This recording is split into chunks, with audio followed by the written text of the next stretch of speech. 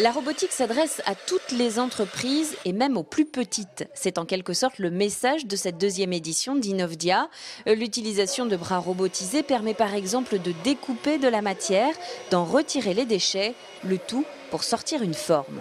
Ça peut remplacer pas mal d'applications de grosses machines et ça offre surtout beaucoup de flexibilité, d'une grande facilité d'intégration.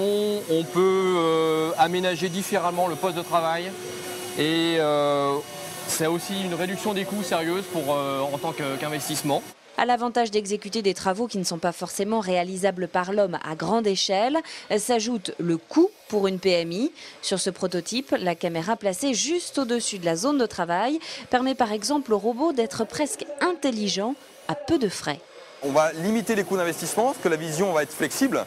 Donc on limite les moyens mécaniques pour étendre l'usage de la machine grâce à une simple caméra.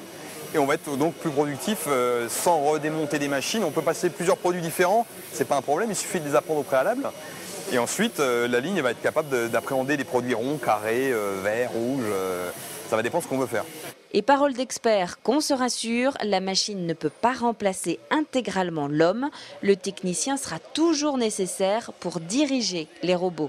Il y a plein de fonctions que la robotique ne peut pas remplir, du fait de la diversité des produits, du fait d'un ensemble de paramètres. Donc on vient en complément, on vient plutôt pour pallier au manque soit de main-d'œuvre, notamment dans des domaines très pénibles, où les gens devaient manipuler des outils extrêmement lourds.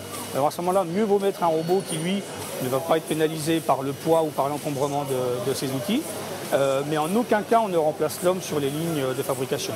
Quant à ceux qui ont peur de se lancer seuls dans la robotique, il faut désormais penser innovation ouverte. Ce concept met en avant la collaboration et le partage des savoirs entre entreprises, écoles et laboratoires. Pour s'assurer qu'il n'y aura pas de